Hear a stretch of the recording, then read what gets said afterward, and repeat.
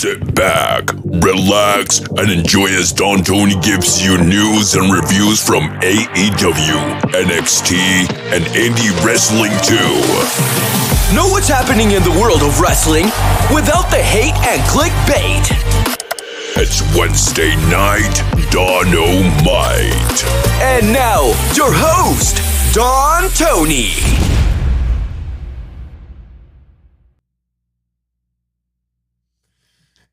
All right. What's up, family? Wednesday night Dynamite. 2/2/22. Hey, at least for wrestling tonight, we didn't get any 10. It coming. Even though I know tonight there was a lot of people, MJF, CM Punk starting at 9:20. Oh, Keith Lee's going to show up. He is going to be a surprise. They're coming. Nah, it didn't happen. I thought this was a very fun episode of AEW Dynamite. I thought Jay Lethal was supposed to take on Ricky Starks tonight. Yes, it's still happening, I believe, unless Rampage is live on Friday. We got to get them battling on Friday. Now, look, on my shows, I always give you my honest, straight up opinion. No agenda, no bias. That's why, if you notice, I don't get much love and much play from a lot of the wrestling companies out there. Individual people, I got support, and that's what matters to me. All of you supporting what I do is what matters to me. So what I say is really, truly coming from here, and not just to get views, hits, et cetera. So I'm going to say a few things tonight about the Brian Kendrick situation. I'm going to keep it on the real. I'm going to talk about what went down in the main event tonight with MJF and CM Punk. Quite honestly, CM Punk's best match since his return. I don't even think it's close.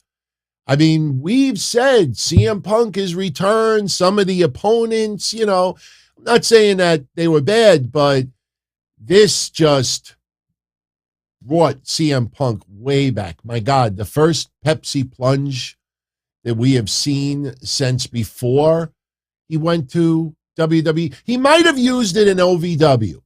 He might have used it in developmental before they called him up. I don't recall ever seeing a Pepsi plunge on WWE's ECW early on. But not only did he pull one off tonight, he did it off the middle rope. So you see the little mouse on CM Punk's knee. Fun match. Excellent match. See, Tony Khan, you can do dusty finishes and the fans will love it. It's kind of hard. And let's be honest, the radical left is not going to bring this up. MJF having a little bit of wrist tape, like that's going to start a match after 2+ years of AEW with the referees ignoring everything. Anybody could do what they want. What do we have? 1 DQ in the history of Dynamite. So maybe that was a bit much. But if you like old school, telling a story, quintessential babyface versus quintessential heel, amazing. Excellent. Fun. Loved it very much. Big Armada. Little step ahead for me. Feels bad for Wheeler Yuta tonight. Guy was busting his ass against Mox only for the fans to ignore him. For a guy that's not even in a match. Look, dude, I'm straight up, man. And I'm sorry if this upsets anybody out there. But, if anybody noticed my Twitter tonight, I'm going back with a little bit of the sarcasm in shit that I used to say. Because it's not that I try to be politically correct. Obviously, I'm not. But I try to be a little bit more mature on social media because I am an older person. But, sometimes you got to just say things like they were. Brandi Rhodes tonight, I swear to God, I mean, I wasn't going to shoot video to prove it, even though I know I always feel like I got to prove everything. I literally took a shit during a segment. I had to go. I mean, I had the urge to go for a couple of hours. And when I saw this, this forced reminder, I'm a badass bitch. I'm a badass bitch. Brandi Rhodes got rattled tonight. I don't give a fuck if you are the CEO, the COO, the CWO, the CW network, the whatever position she's in. And I always give her props. That doesn't mean that she can handle an awkward, not anticipated, shut the fuck up. It'll rattle even the best at times. She didn't know what the fuck to do. She just turned around. All she could say is, are you done? Are you done? Shut the fuck. And then they did it again. And she got so rattled. Dan, I'm just going to go right to what I wanted to say. Let's just fuck everything else we were going to say. Let me skip all my badass bitch stuff. Let's go right to what I was trying to say. It was so forced, and it was fucking awful. And Paige Van Zandt, seriously, do wrestling fans honestly give a shit? What is this going to give a little buzz on UFC? I don't care about that. And Wheeler Yuta, I've talked about this before. The guy is so freaking talented. I watched the match that he did over the weekend. And the guy has all the ability in the world. But honestly, what the fuck has he done in AEW? Oh, he's a best friend. They put Danhausen in his corner to try to get a little bit more of the rah-rah. Nobody gives a shit for the most part about Wheeler Yuta. I did feel bad about it tonight because he had to replace Brian Kendrick, the Brian Kendrick. Oh, I have a few things to say about him. But King of Games for 405, thank you very much for the super chat. Great main event. Was I surprised that MJF won? A little bit. And I'll tell you why. And believe me, anybody that's on social media tonight that is going to say the right person won. Let's see over the last 7 days if they wrote on social media, MJF has to win it. He has to win it. Weird. They don't write it for the last 7 days. But right after the pin, told you he's got to win it. A lot of people, including me, expected Wardlow to finally turn babyface, refuse the direction of MJF, cause MJF the match. There's no wrong decision in that match. Whether CM Punk won that match or MJF won that match, it didn't matter. You had a win-win situation no matter what. If CM Punk wins that match, you have social media continuing the trolling that MJF is, no wins in 20. Are we supposed to ignore that social media has been trending for the last month that MJF is winless in 2022? Are we supposed to ignore after everything with Captain Sean Dean? We're supposed to ignore all that? If MJF would have lost tonight, social media, it would have been on a fucking shirt. MJF, and 2022. So no matter which side you were on, you're not wrong. It's the people that are like, I told you so. If some people said that all week, and fine, good for you. Props. And I'm being serious. But there was no wrong answer. That's when you know you got something beautiful in wrestling. When you could look at both sides of the coin and come out with really strong logic on either side, it is a win-win. That doesn't happen that often. But I'm going to say this about the main event tonight. And I'm being honest. I don't mind slow burn in a storyline. I mean, sometimes a slow burn is great, but sometimes a slow burn really, really sucks. It's not that because we're in an age now where you get instant gratification. Hey, I need the weather. Oh, I could click 2 buttons and I got it. Hey, I need the sports scores. Hey, I click 2 buttons and I got it. Hey, I want to whack off. You click 2 buttons and you got whatever floats your boat naked on your screen. Whatever you want. You want the answer for a definition. You need something spelled. Hey, Alexa, how do you spell Zionist? How do you spell this? How do you spell anti-Semitic? Is it 2 words or is it 1? Is there a dash between? Anything that you want, snap of a finger, you could get it. So we're used to, but the slow burn sometimes, if they are still doing a storyline where Wardlow is going to ultimately turn babyface, they blew it by not doing it tonight. Sometimes it's too fucking long. I understand they don't have a pay-per-view every single month, but if Wardlow is going to remain a heel for the immediate future, I'm not talking a month from now, oh, we're getting close to pay-per-view time. If it's going to be for another 3, 4, 6 months, year, that's fine then. But if you're going to turn this guy heel a month from now, and then you get the people, oh, you see, that's, all thought out. No, the storyline for the last bunch of weeks is building and building and building, and you take all that tension and you throw it out the window because Wardlow passes the ring to MJF with the ref not looking. MJF knocks him out, and then Wardlow takes the ring and puts it back in his pocket and goes along with everything. Didn't look reluctant. He did everything like a heel. So if that's going to be the story and he's remaining heel, fine. But if they decide a month from now, because it's closer to the pay-per-view, to turn him babyface, you took too fucking long. In my opinion, you took too long. Sometimes you take too long. Compare it to sex. You take too long. Stop.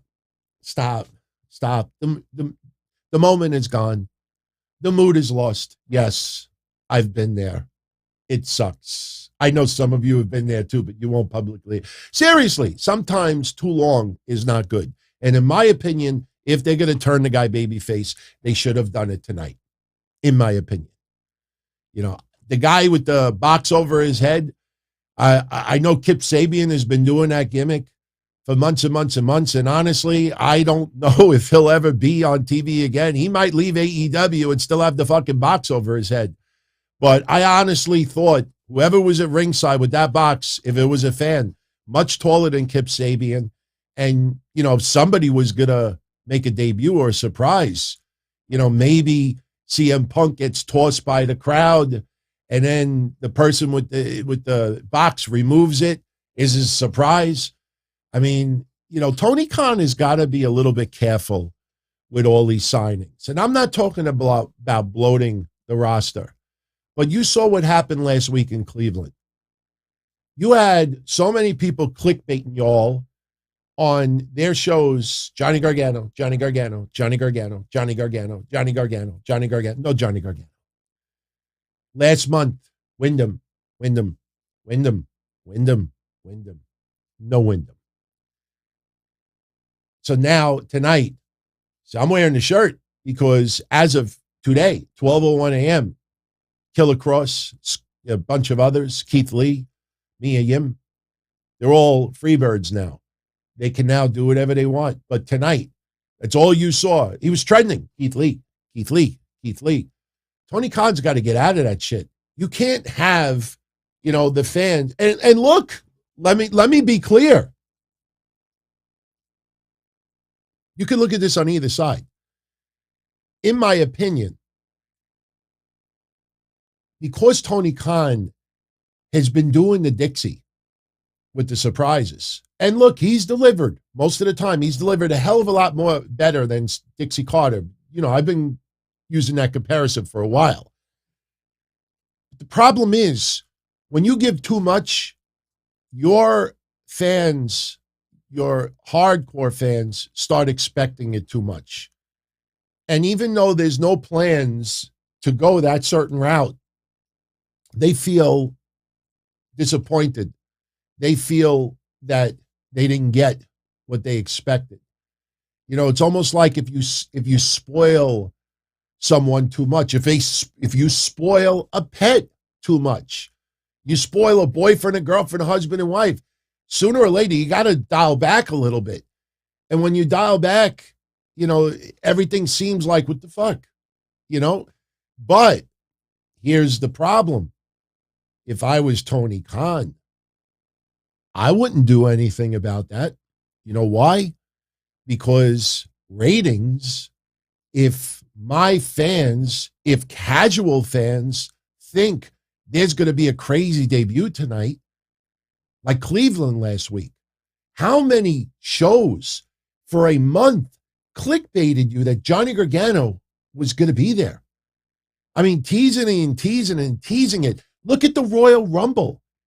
You had websites report Kairi Sane, surprise entry. And some people bought it, and then they reported Kairi Sane in St. Louis. Absolute lie. So if you're a promoter and you have people hometown, you're coming to their hometown. Oh my God, so-and-so is from here. And there's rumors that so-and-so may sign with AEW. I wouldn't try to clear that up because you might get extra ticket sales out of it. You might get some curious fans to tune in, convinced that there's going to be a surprise, convinced that somebody is going to make their debut. And then it doesn't happen. The problem is, how many times do people keep falling for that? So, no, Shane O'Mac, we're talking tomorrow. Not talking Shane McMahon tonight. There is so much that has not been revealed. And if you check out my Twitter, I posted a tweet earlier. I don't want to jump ahead. I'll talk about it tomorrow on a Q&A. But one of the persons who I really trust that, you know, is in the business that I tried to get some type of an answer from, the first two words that were given me was highly exaggerated.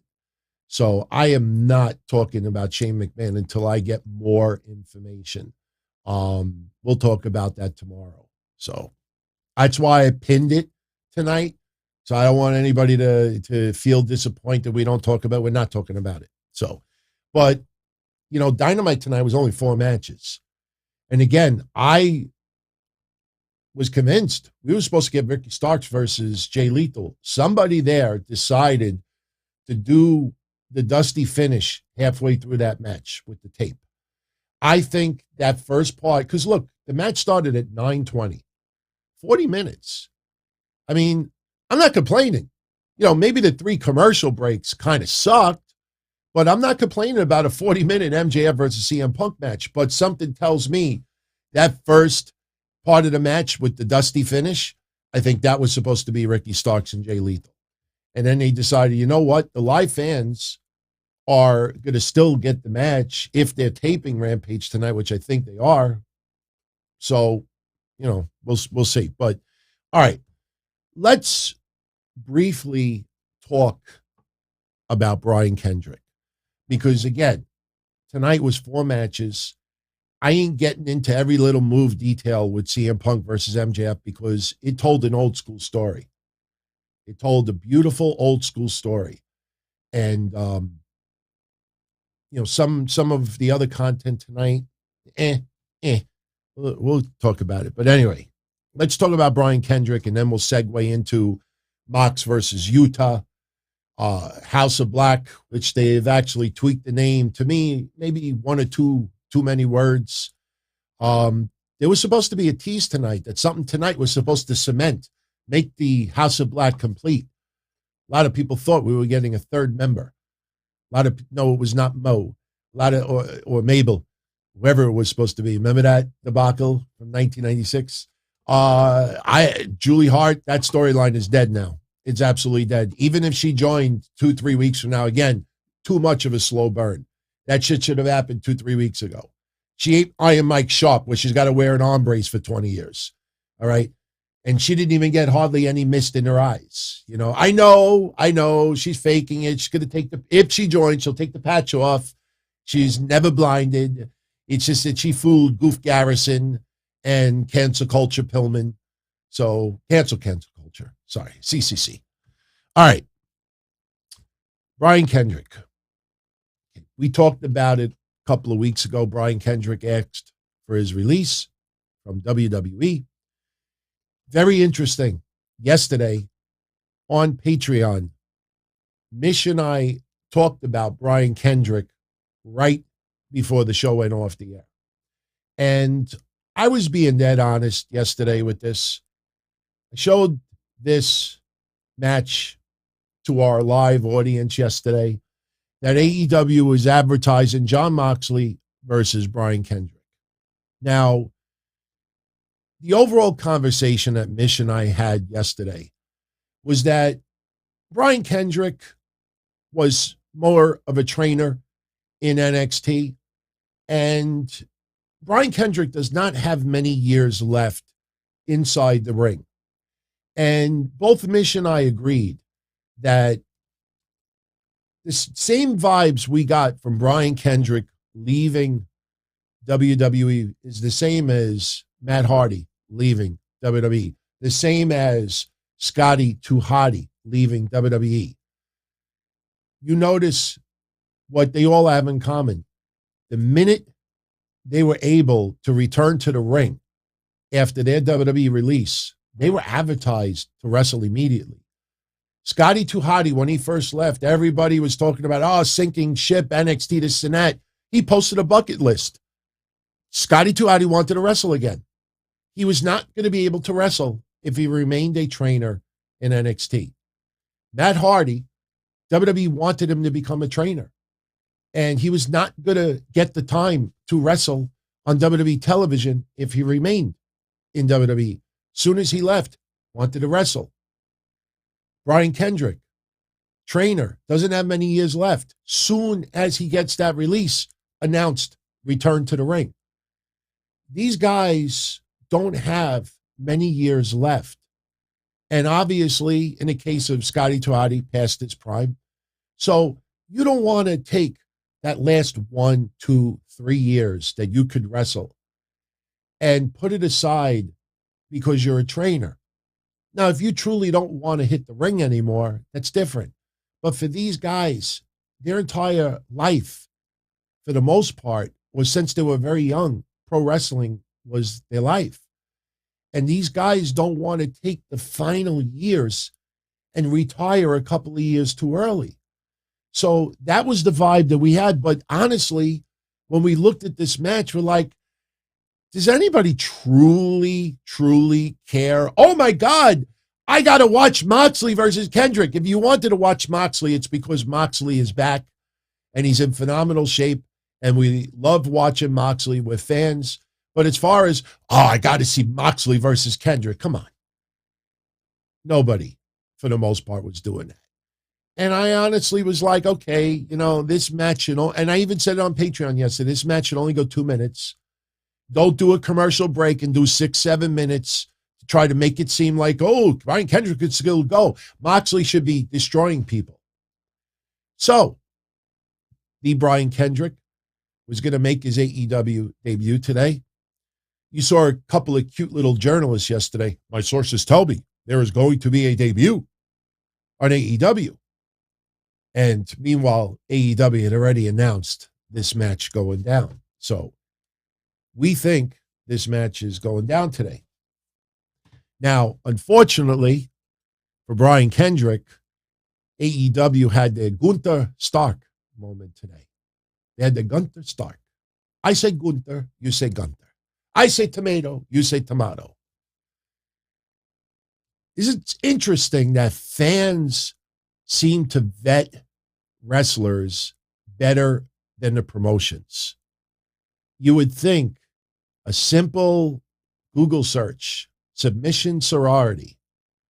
Paige steps up. She had the wherewithal. She Googled it. Hey, look, I don't think we should go with submission sorority. I don't think you'd want kids to be Googling that name, even if they're looking for us. They learned when they did Toxic Attraction, it really came up, but they made the mistake with submission sorority. Gunther Stark, it's obvious nobody in WWE bothered to do a simple search. All you had to do is just type the name in. Even before you hit enter, the suggestions, Nazi, Nazi, Nazi, Nazi, Nazi. So they didn't bother. Simply because Brian Kendrick has been in wrestling for all these years, and simply because Brian Kendrick's name has been featured on NXT, AEW didn't do their diligence to see if there was any skeletons in Brian Kendrick's closet that maybe was not looked at in WWE. Now, look, we've talked about this before. We didn't need this Brian Kendrick situation to talk about this, but you'll remember I said the difference between AEW and WWE, and I think I even said this again 2 weeks ago, is that besides WWE being PG TV and AEW being TV 14, WWE comes off more like suck it up. Suck it up. They don't want any fragile snowflakes, in the company. You bitch, you complain, you do this, you do that. You don't want that. Or we'll do the reverse. Mustafa Ali, all right? Obviously, he wants out. He has posted a tweet or two after that he wants out still. So that's his wishes. And because that's his wishes, I respect it. I'm not going to do free Ali and all this other stuff because he's a big boy.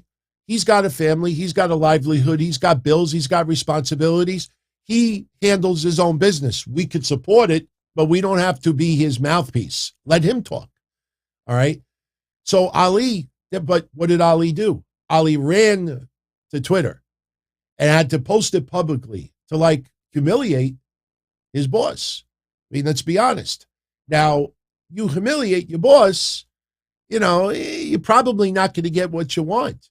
And with WWE making billions, and it's not coming out of their own little piggy banks, you don't think WWE will turn around and say, hey, we're going to lose probably 80 grand, 100 grand, 150 grand with Mustafa Ali, or, we only a couple of months, whatever it is, fuck it.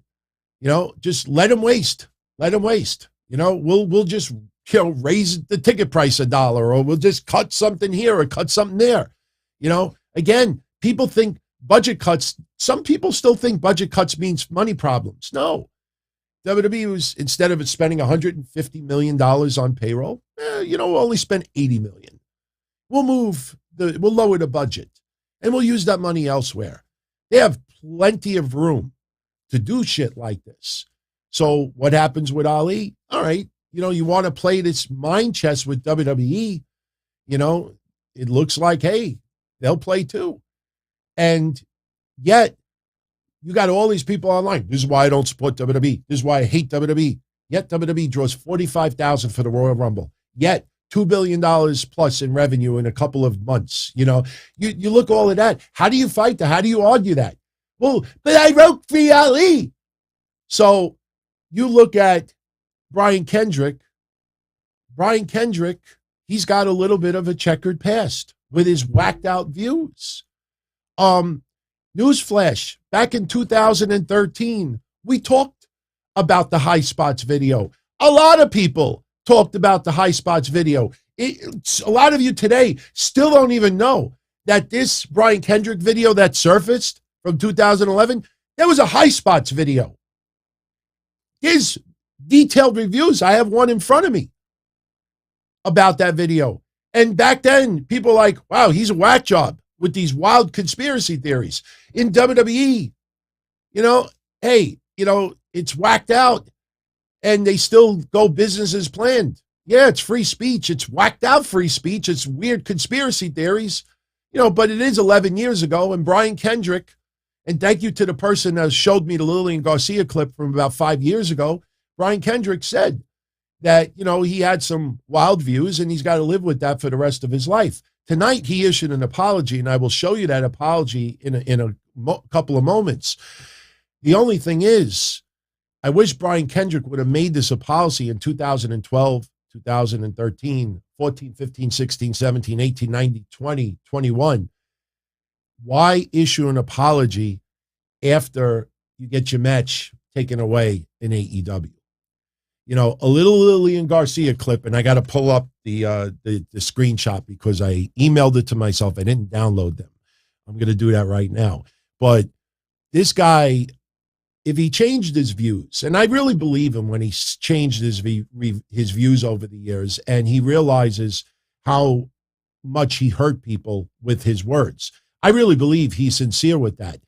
The thing that just sucks about it is he waited 11 years to make this heartfelt apology, and he only did it because his match was pulled from Dynamite tonight. So, you know, the guy knows he doesn't have that much time left in WWE. Where the hell is the thing? Just had it. Hold on. All right, I'm downloading. Oh, there we go. There's BK1. Show me BK2. Hold on. I'm just downloading the, there we go. Okay. BK2. There we go. There's BK2. Why is this not downloading? Let me refresh. Do we got it? Why is this not saving? I don't understand. All right, hold on a second. There we go. All right, so let's see. Where did this save? I'm getting like weird things happening right now with the computer. Okay, I saved this one. Let me just save the other one, BK2, because I know a lot of you are going to want to see the apology. So hang on. I got it. Okay, so now let me just pull this up. Let's go over here. My apologies for a little bit of unprofessional preparedness tonight, but we went right into the show. Okay, I got them right here. Let's just save these. Okay, I got them. All right. So for those that didn't see the video, you're welcome to go on High Spots to see them. Okay. If you're having a hard time finding the video, all you got to do is go on Google and search Unsolved Mysteries and Scary Stuff, the Kendrick Theory. Now, I'm not going to read you every viewpoint that Brian Kendrick had in this video, but as I bring up a couple of things, keep in mind that this review that I'm reading you has been on the net for 9 years. If you go to Wayback Machine and you look up High Spots or you look up a couple of sites, you will see. I don't want to name any wrestling news sites. They all covered this video in 2013. Two of them covered it in 2012. So they just let this go because it's old. But the minute he shows up on Dynamite, because of we don't tolerate any, comments like this, that is a double-edged sword, because you have people in AEW that have said some terrible things in the past. People mature. People grow up. People say stupid things. I have done it. You have done it. We've all done it. But the thing is, you got a lot of people who do not like AEW. And those people, trust me, for 100 likes, will go on Google and will search and search and search and find dirt on some big names. It's only a matter of time. You have people that are not signed yet.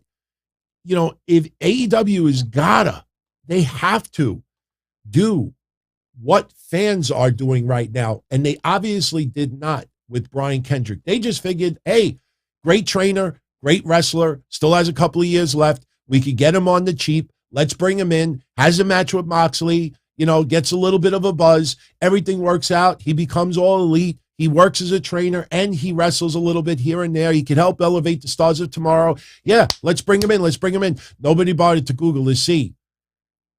And you would think that a lot of these people would have remembered this stuff. We're not going to talk about the Illuminati, but let's talk about the mild stuff first, right? This is from this video. About the moon landing. We'll go from wacky to Brian. Let me know where you got that babanya. Talk about zooted. This is almost like a bad Fast Times at Ridgemont High. You know, whatever the guy's name was. What was the guy from Fast Times? I know Sean Penn, but what was his name? You would think that this, honestly, this is almost, as I say this, you look at Brian Kendrick of 2011, almost feels like it's like a horrible version of Riddle stoned on the beach, coming up with these wild conspiracy. Yo, the space radiation is too great for humans, and they've survived the trip. It was disinformation to win the space race from Russia. Stanley Kubrick, you know Stanley Kubrick, he is suspected to have been in charge to stage the moon landing. It was fake. He even drew hints of it on The Shining. All right, you look at that and like, okay, that might be something you say when you're stoned. You're passing a stogie, doing a couple of hits from the bong. Oh, I think the moon landing was fixed. I think Stanley Kubrick staged it. All right, assassinations. He claims that John F. Kennedy had his casket switched and his wounds were altered. He feels that someone in John F. Kennedy's own car shot him. Own car. He spoke out about secret societies. He says that John Hinckley Jr. was a Bush supporter. That's the person who tried to kill Ronald Reagan, insinuating that maybe he tried to kill Reagan so Bush could become president. He goes on that Michael Jackson faked his death. Okay, still, maybe dumb shit. You get on somebody on the beach. Yo, man, give me some of that chocolate tie. Yo, I think Michael Jackson faked his own death. I think he's somewhere hanging out with Elvis Presley and eating food. CIA and sex slaves. The CIA killed Hugo Chavez for not going along with American ideals. Young U.S. politicians are brought to parties, slip drugs, have sex with child prostitutes. They take pictures and they use it to blackmail them. Oh, believe it or not, I swear to fucking God. He claims Elvis faked his death. I honestly didn't see that before. Okay, now it gets fucked up. Now, like if you're on the beach and you're smoking weed with 2011 Brian Kendrick, now you start getting in territory. What's that infamous GIF file? You know, the guy that's like, you know the one I'm talking about the Nazis and the moon. The moon may be a hollow space for aliens. Hitler sent 10,000 troops to Antarctica to find the inner Earth where superior beings lived. The Holocaust was overblown, and the Red Cross stated there was only 250,000 Jews who were killed, and the number was blown up just to justify the creation of Israel. See what happened to Whoopi Goldberg recently about her? Did you imagine this? The gas chambers were for the lousing, and some evidence suggests that the Allies mopped up the death camps to expand the lie. The Russians killed 10 million Catholics during the same period. They didn't get a country for their loss. Now at this point, you're like, hey, you know, Brian, look at the time, man. I got to go. You know, I got to pick up my niece from school. You know, hey, the library's going to close. I got to return my magazine. You know, gets even worse. Sandy Hook. This was an attempt to further a plan to cause an eventual civil war in America. Robbie Parker was caught laughing before being told that he was on, at which point he began to act sad. His daughter was named a victim at Sandy Hook, but she was photographed with Barack Obama 2 days later. Sandy Hook is supposed to lead our guns being removed. And eventually those, now you think of that whack job referee from NXT that got let go. I mean, people were on a mission to remove, what's his game? Who's Jackson Riker? I mean, you look at this stuff. I mean, it is pretty amazing that cancel culture, it's right in their face. Brian Kendrick is in that company. You know why nobody said anything? Because it was so long ago. And nobody really talked about it. Look at the Ashley Mazzaro stuff. God rest her soul. You know, I was very critical about Ashley Mazzaro, her career when she was alive. But you look at the allegations with the military overseas. And when she made those original allegations, everybody just ignored it. The minute she died, all of a sudden, WWE needs to be investigated. The military needs to be investigated. Look, if you're fucking offended, you're offended since day one. And that offense does not go away because Brian Kendrick had a killer match on 205 Live. Or Ashley Mazzaro looked pretty in Playboy. All of these people that knew all this stuff, we covered it 9 years ago. We said this guy was a whack job. Send me whatever drug cartel you're getting your weed from. But because AEW is the first millennial promotion, and because Tony Khan has put himself in a corner, Max Caster with his rap. Max Caster is playing a character. MJF can't even call somebody a fat slob in the crowd anymore. When you get into this deep, hardcore, cancel culture, here's the problem.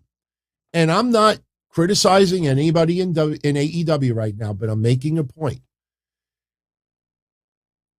If you're going to take that stance that you don't tolerate any dumb shit that is said, anything, you better make sure that perception that you want to give, you better make sure that every wrestler, male or female, that you hire has a not only squeaky clean life, but shares the same exact views. Because when you back yourself in a corner and breaking news, MJF is a regular guy like everybody else, just as a great wrestler and performer. Breaking news. Wrestlers do say dumb shit to fans that get under their skin. Breaking news. Sometimes you make a remark to someone and it's deemed extremely offensive. Now, what do you do about that? Now, every little thing that surfaces, they have this core nucleus of a fan base that everything is flowers. Everything has got to be, you're like, you cannot have imperfections like this. And what happens when other wrestlers, something surfaces? Because it's there. It's almost never erases from the net. You look at what happened to Jim Cornette. Jim Cornette with that Ethiopia remark. I posted 5 different clips of him saying that over whatever it was. It passed through all their standards and practices, their editing. It made video. And then what did Tony Khan do? He played good cop, bad cop. I am going to oversee all the AEW programming from now on, because there's no excuse. As I brought up at that time, it was glaring from the speakers in the back.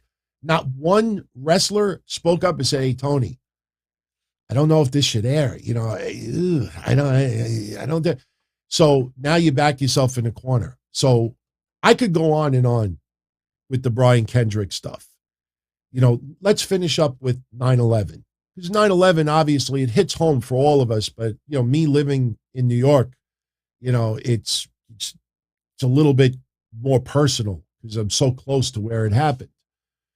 He said the official story of fire causing the steel to bend and eventually collapse the towers, a method of destruction that was never accomplished before in other burning structure, doesn't fly. His theory offered in the book, Where Did the Towers Go?, is what he refers to, that it's a technology that was used to obliterate the towers, be a microwave, ray, or whatsoever. He says chemical trails were created by airplanes that triggered a HARP-like weather change to summon a controlled mini hurricane that was aimed at the towers. That is why papers flew out of the building unburned. Then wind basically ground the buildings into dust. The guy is just a whack job. Now, honestly, I'm just being straight up. How do you change that many views in 11 years? My God, other than a change in a co-host, 11 years feels like this. It doesn't feel that long ago. 11 years? You think about even wrestling for 11 years. Sure, AEW wasn't around, but we just brought up 10, 10, 10. Of course, it doesn't feel like yesterday. That was 12 years ago. Have we really changed all that much? I have evolved in my views. I'm not a Trump supporter anymore. And some of my social views have changed over the years, but I haven't radically changed my brain to have all these conspiracy theories. And then 10 years later, I do a complete 180. So it's hard to buy. I believe him, but it's hard to buy that for 11 years, you never once post a public apology. You do it after your match was pulled from Dynamite. So tonight, Tony Khan removed him, replaced him with Wheeler Yuta, and Brian Kendrick posted the following. I apologize for all the hurt, embarrassment I have caused with my words. These are not my beliefs and never were beliefs of mine, and I crossed the line. The word never is pretty fascinating, guys. Never. So what did he do? Get paid $1,000 to act like a whack job that, hey, I needed the money that time. I knew I was going to fuck my career and that video was going to haunt me forever. But hey, that $500, that bought me some good pizza and weed at that time. He goes on to say, and I quote, I spread the most vile comments without thinking of the damage it would cause. I will live with this regret for the rest of my life. I am truly sorry for the pain I have caused. Okay. Hulk Hogan situation, got caught, finally got caught, now feel sorry about it. I will leave you, look, however you feel about it, you have that right to opinion. Some people feel that it's 11 years ago, that, it's cancel culture and it's freedom of speech, even though it's whacked out and this and that. However you feel about it, I respect it. But I will leave you with this. You think, if you go on that review and you look at the entire review, there's about 15 topics that they covered. There might even be more than that. If somebody offered me money tomorrow and said, I'm going to give you 15 or 20 topics and just say the wildest shit imaginable, there is no way I could get that freaking detailed about this scientific stuff and microwave stuff and this fake hurricane and the equator and the moon and bringing up specific numbers with statistics of people who died in the Holocaust and bring up 9/11 stuff and Hugo Chavez and the moon and the Illuminati and bringing up symbols and this and that. Do you realize how much information this guy had stored in his brain? You don't read that a couple of days before for a payday on a High Spots video. That is stuff that is deep instilled in your heart, your brain, and your mind. To get that freaking detailed. So I don't know what to believe with this guy. Oh, the Oklahoma City bombing was a government organized false flag operation. There are so many things that this guy brought up and the detail. My God. So I don't know if he's going to have any future in AEW because this will constantly be brought up. They will use specific bites. What I wrote to Brian Kendrick publicly today is lead by example and not because of repercussion. For 11 years, did Brian Kendrick lead by example? Maybe it is like a Hulk Hogan situation. Maybe the man is just freaking uncomfortable to speak publicly about, that he doesn't believe in this stuff. And Lillian Garcia on a podcast has about Brian Kendrick, the everyday guy that just decides to go on Twitter or talk to someone or respond to someone. Hey man, I'm sorry. I did that for a payday. I don't know what I was thinking at that time. I was with the wrong crowd. No, it's only when it's, Lillian Garcia or AEW match removed. Brian Kendrick has got to lead by example.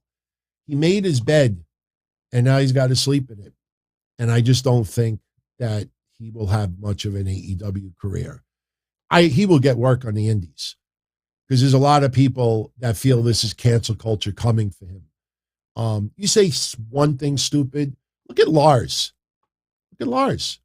I mean, look at stuff in the message boards. I mean, he said some messed up stuff too.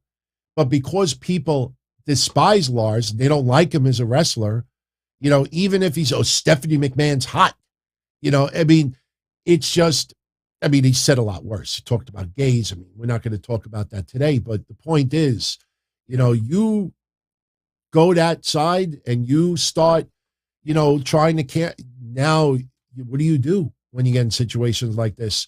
So, and look, again, people that don't like AEW, that if you start, letting this go, you will have people going on a mission to try to really affect the bigger stars, even the stars that they like.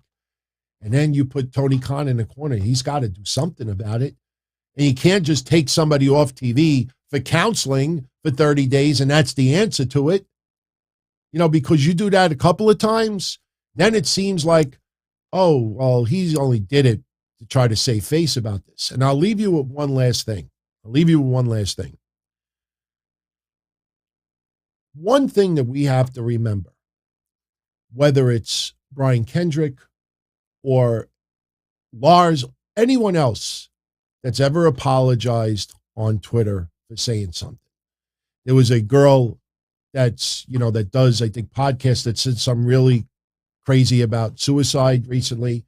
And she apologized for it. And, look, we all have said dumb stuff. You don't have to crucify every single person.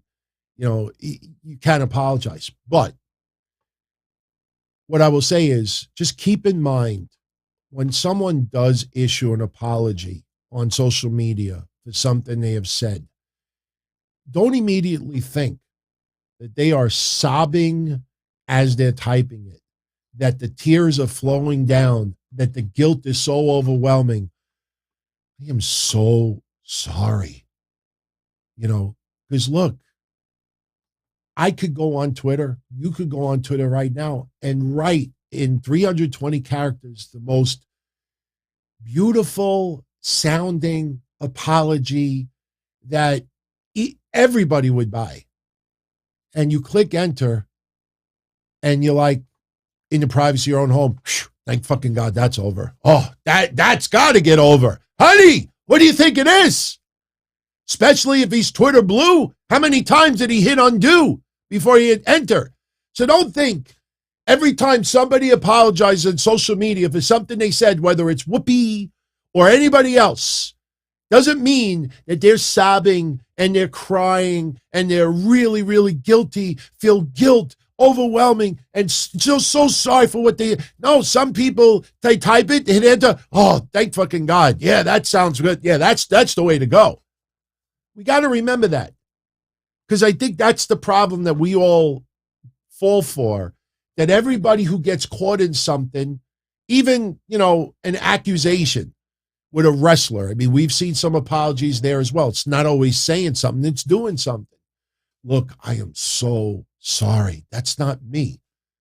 It's very easy to type it because there's no emotion. Why I always like to do video? You see someone's eyes. You can sense if they're telling you the truth or not. And most of these people, they type it. And just keep that in mind when you read an apology. Doesn't always mean that the person is really, really remorseful on the other side. How many times did they hit undo before it just sounded so perfect? Maybe run it through a publicist as well. So is that a conspiracy theory? I don't know. So as a result, we didn't get Brian Kendrick versus Jon Moxley. We got Jon Moxley versus Wheeler Yuta. It was a fun match. Yuta did face Moxley before. Yuta was annihilated the first time around. They tried to play this off that, Yuta's learned and he's grown and he's a much better wrestler than what is before. And the match went, 7 minutes, 8 minutes, commercial break. You get a little comedy outside the ring with Danhausen and Orange Cassidy. But in the end, Jon Moxley hits the paradigm shift, gets the win. The big buzz coming out of this segment and I thought it was fabulous. I thought it was too good. And that is Bryan Danielson and Jon Moxley. Bryan Danielson is in the ring. No theme music, no stellar entrance, in the ring. Moxley turns around, sees Bryan Danielson. Bryan Danielson gets on the mic, gives a lot of props to Jon Moxley, calls Moxley the greatest AEW champion, and he would still be AEW champion if he had support. Now, I saw social media right after that, and I had a feeling people were going to get the wrong idea about that. People immediately thought that it was more of moral support, that Moxley had some issues. No, the storyline was Kenny Omega and Don Callis screwed Jon Moxley. Jon Moxley had no backup. That's what Moxley was talking about. And Bryan Danielson says one time he wanted to fight against Jon Moxley, but Bryan Danielson feels they should be fighting together. He puts down all the current champions, makes fun of Luchasaurus, makes fun of Guevara with his blogs, cowboy shit and all that stuff. He says, together, you and I, we could run this place. And then he brings up Wheeler Yuta, which I thought was a nice gesture for Yuta stepping in. He says, Yuta comes out with jokes. Imagine if we had Wheeler Yuta that we can mentor. He brings up Daniel Garcia. Imagine if we could have them under our wings and mentor them. And then Bryan Danielson, he said something that made so much sense that he got the fans over on this. He says, the fans may not like me right now, but they like what I'm talking about right now. And it was true. Moxley, think about it. He puts his hand out, extends his hand. Moxley doesn't shake his hand. Crowd is going, for the most part, yes, yes, yes. And Bryan Danielson tells him, think about it. And he leaves. And just storyline-wise, of course, Moxley's going to say no, and this is going to lead to the match that we've talked about the last couple of weeks. But it made so much sense. Moxley's going to be a lone wolf, which is funny because you remember him with Eddie Kingston, but still fabulous, fabulous storytelling. And, look, the young guys in that company that are still not ready for prime time in some cases, they are getting lessons from the best of the best.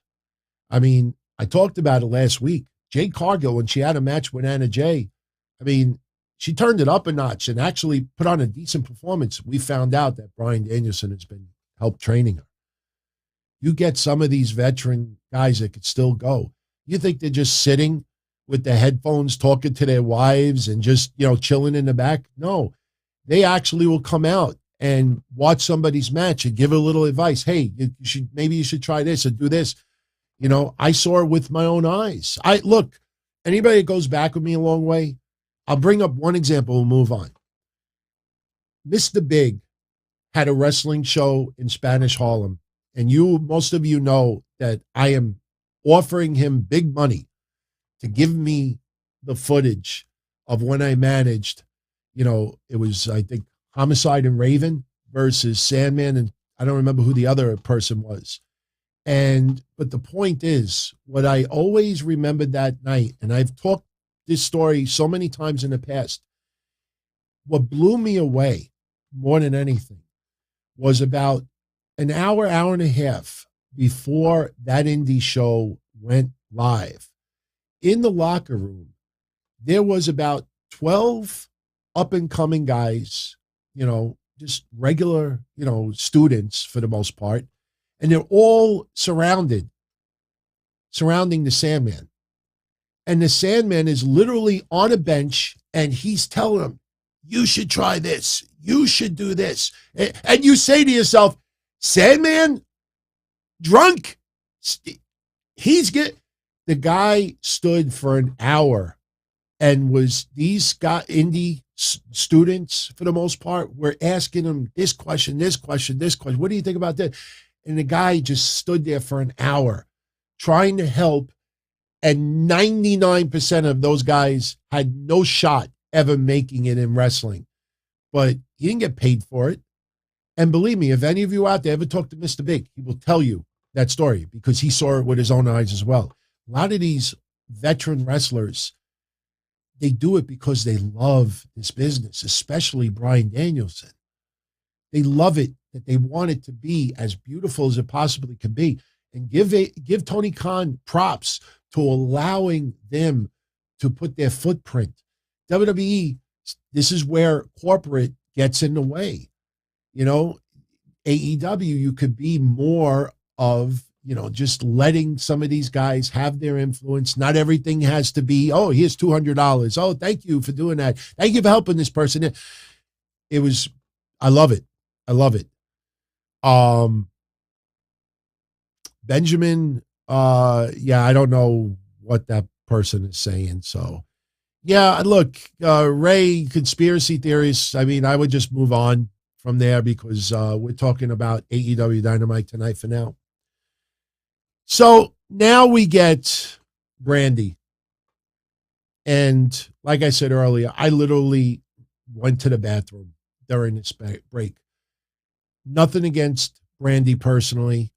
I mean, I have given her praise where needed, but all this was designed for is, hey, I do a lot of work behind the scenes. I bust my ass. I am the in corporate, this and that. My husband, this and that. I deserve a like I said, the opening of Dynamite, the first female that you saw for forever, and I think still now, is Brandi. In the intro, the first women you see is Brandi. Maybe they changed it. I don't think so. So she's in the ring, and she puts down the fans. She says, it's always nice to come back to Cleveland. They're in fucking Chicago. And she's like, oh, Cleveland, Chicago, same thing, snow, ice. And I'm like, all right, where the fuck is this going? So now you got Lambert that comes out, and Lambert is having to tell everyone that he's this big anti-AEW, anti-cancel culture. And the more you try to say that you're not, you are. He's a paid AEW employee, period. Fans are not that stupid.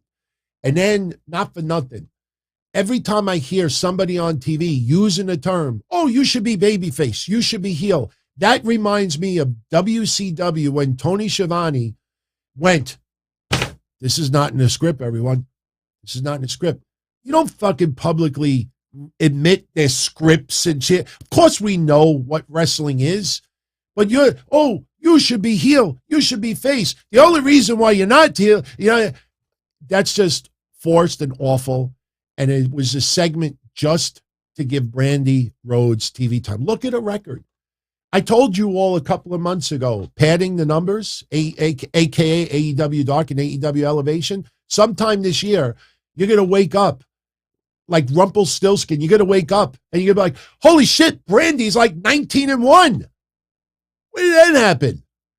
Because they're on Dark and Elevation, padding the numbers. It's all those shows are, padding the numbers, padding the numbers. It's not, oh, let's help develop the stars of tomorrow. Let's elevate no, it's padding the fucking numbers. That's why the Gun Club is 43-2. 43-2, the Gun Club. How many matches have they had on Dynamite and Rampage in the last 2 years? So this segment was just to put her over. And then Paige Van Zandt comes out. And honestly, I don't give a shit about any MMA people on TV because there's no reason to have Paige Van Zandt go over on Brandi. For what? Is she going to be the next Shayna Baszler, Ronda Rousey? And I'm just talking about an MMA person that, got the bug, bit the bug, is now hooked on wrestling. I got to be a wrestler. I'd rather be a wrestler. That's not happening. So we got this, and it was a waste of time. The only thing entertaining about it was, with all due respect, watching Brandi getting rattled from the fans chanting, shut the fuck up. That was old school ECW. That was ECW 1995, 6, 7, 8, 9, when a wrestler that's not as experienced would come out, get on the mic, say something horrible, is not over, and the fans would just shut the fuck up. They would do it to, unfortunately, to Francine. They would do it to others. And sometimes people would get rattled. Francine, tough son of a bitch. She never got rattled. She fed off of it. Brandi tonight. Are you done? Are you done? Oh, that's telling them. And then literally a minute later, shut the fuck up. And she got so rattled, she forgot half of her lines, all the catchy little I'm a bitch things. And then you knew that she was going to slap Dan Lambert. It's so forced. It's awful. It's awful. Just my opinion. She does a lot with AEW heels, does a lot behind the scenes. I give her all that praise. As far as an on-air character, nobody gives a shit for the most part. And trust me, getting that chant doesn't mean, hey, I'm over as a heel. No, they want you to shut the fuck up. They really do want you to shut the fuck up. She ain't going to be the next Vicky Guerrero with wrestling talent. All right, so now we get a backstage segment with Andrade being wasted away. Man, seriously, if I died now and they say you could come back as anybody in wrestling, maybe JD from New York. He's got so many viewers. Much love to JD. No. If I could die right now and come back and I could be a wrestler, I choose Andrade. Look how much money this guy made in a year and how little he's had to wrestle. Every week, they're in the hallway. They don't even have a locker room. They're in the hallway. Wrestlers are sitting on the steps. I own the Hardy family office. So what happens? Isaiah Cassidy gets a TNT title shot on Friday. We know the match is going to be great. That's the only reason why we're going to watch it, because we know the match is going to be great. But as far as the outcome, come on. I invite all of you out there, make a deal with the devil right now. Put all your family members on the line. I put grandma on the line. I put everything on Sammy Guevara. Isaiah Cassidy's not winning the TNT title. No fucking way. So, Isaiah, don't disappoint me. Well, guess what, Matt? You'll be prepared to be disappointed.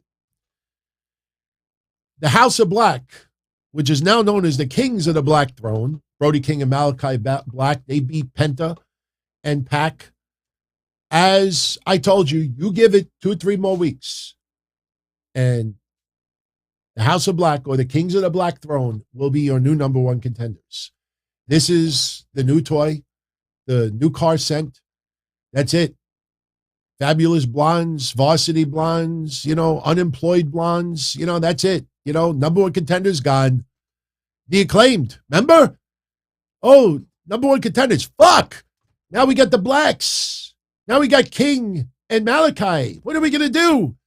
The Acclaimed, we push them to the top. Oh, we'll just give them Darby and Sting. That's it. Remember I said the week before, I said I'm very concerned about that match. They're going to lose. There goes the number 1 contendership. The Gun Club? What's the Gun Club going to do, with all due respect? The Gun Club, they're going to remain number 1 contender? No. They're going to lose to Jurassic Express, and then they go down. And then the next thing you know, Malachi Black, Brody King, number 1 contenders. And then you realized all of those young teams that for months and months and months worked their way to number 1 contendership, selling it on Twitter, all the posters, the banners, number 3, number 2, number 1. It did nothing. It did nothing. It's all a joke. And tonight, no exception. I did like when Pac first came out wearing, look how cute that is. That's almost like a girl's sock. You see all the holes on the top. Yeah, I can't see. I can tell you have green eyes with that sock on. So he's acting like he can't see a little bit. And you have Malachi Black throwing him in the corner. Ultimately, he takes the bandage off. Did we think he was going to have contact lenses? Did we think his eyes were going to be red? Did we think that there was going to be some type of hocus pocus and he was going to have just like Undertaker eyes? Did we think we were going to have Rey Mysterio eyeballs? What did we think? No, he took the thing off and his eyes were eyes. That's what it was. Yes, the Bird Box, Mike. The Bird Box. Match was fun. These guys kill it. Brody King is obviously being introduced to a lot of wrestling fans that did not ever pay attention to him outside of AEW. And I think, he's going to do just just fine. He's going to do just fine. Anyway, Malachi Black with the mist and basically gets the win. Pac got pushed off the top rope, and then Malachi Black using the black mist, they hit the Dante's Inferno, gets the win. So their momentum keeps rising. Adam Cole. I'm a big fan of Adam Cole. You all know that. But I will even admit it. Adam Cole going on, and remember last week, I had no problem Orange Cassidy beating. Zero problem at all. But Adam Cole this week talking about how he's undefeated in singles competition and he still doesn't get the respect he deserves. Okay, I'm fine with that statement until he reveals who he's facing Friday on Rampage. I don't get the respect I deserve. And after I beat Evil Uno on Friday, I will get I have nothing against Evil Uno. But thinking that you're going to garner all this respect, even if you take Evil Uno, take that mask off, shove it so far up his ass that he has the mask, somehow he's wearing it again. That's like me saying, hey, everybody, you know, I'm going to have a Diet Coke with my 5 slices of pizza, and that's great for my diet. You know, I'm on this diet. I'm going to have a Diet Coke, and I'm going to lose weight. I'm going to have the Diet Coke with the 5. Evil Uno? Come on, man. Nyla Rose beating Ruby Soho. The minute they reminded us that Ruby beat her in the TBS tournament, you knew Nyla was getting a win back. The match was pretty damn good. It was a lot better than I think people expected. Now, we had Lars from Rancid. Be careful where you put that hand, Lars. Be careful. I'm saying that jokingly. Lars is not a good luck charm for Ruby because Ruby lost. I know that attempted kick at the end looked horrible. I think that was done by design, that she swung and she missed. It was like throwing an air ball if you're playing basketball. Nyla Rose sitting on the top rope. Ruby goes for a spin kick, misses completely, falls, and then Nyla, give her credit, man. Beautiful top rope senton, and then the Beast Bomb gets the win. She gets a win back. I expect another match to happen between them, but you're now getting the buzz. What happened to Ruby Soho? What happened? What happened? Oh, don't worry, everyone. She's going to win the Owen Cup. And I'm not trying to belittle the Owen Cup, but, you know, it's all about perception, everybody. Meanwhile, week after week after week, Britt Baker is the champion. Week after week after week, Jade Cargill. Oh, an open contract. Hey, guess what? Little Lisa, 3'5", accepts the challenge. Everybody in that tournament, with the exception of, I think, Anna Jay, none of them are stepping up in storyline. Oh, I put an open challenge out there. Oh, nobody shows up. But Mercedes Martinez has been found. On Rampage Friday, we get Mercedes Martinez versus Thunder Rosa. So good of a match. It's got to be on Rampage. So, Lance Archer, confrontation with Hangman Page. We find out that they're going to fight next week on Dynamite. Texas Death Match for the AEW Championship. Now, I think it's happened in Atlantic City. I mean, I understand, and I like Texas Death Matches. I mean, we just did a fun tournament on Patreon talking about match types, and Texas Death I talked about being one of my favorites. But you're in fucking Atlantic City. You need to tell me you can't come up with a New Jersey term for a street fight? I would have done something more regionalized, but Hangman Page, fire under his ass. He don't want to wait till next week. He needs something now. He's challenging Lance Archer. Come out. Get your ass out here. Dan Lambert comes out first.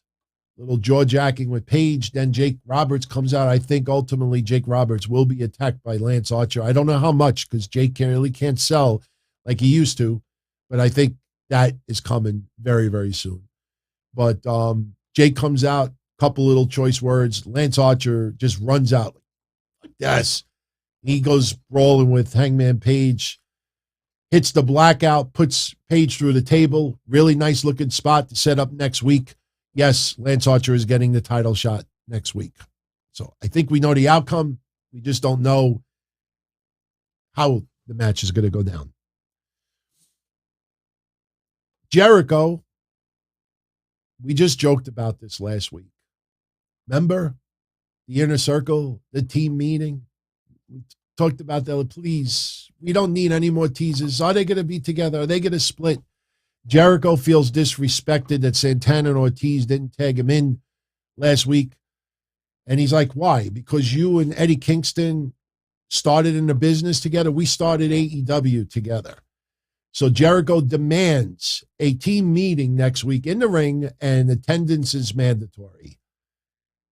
Something tells me that we might have some attendees absent for at least part of the segment. So now we get CM Punk MJF, and we talked about a lot of this match early on. Started at 9:20. This match technically was in two parts.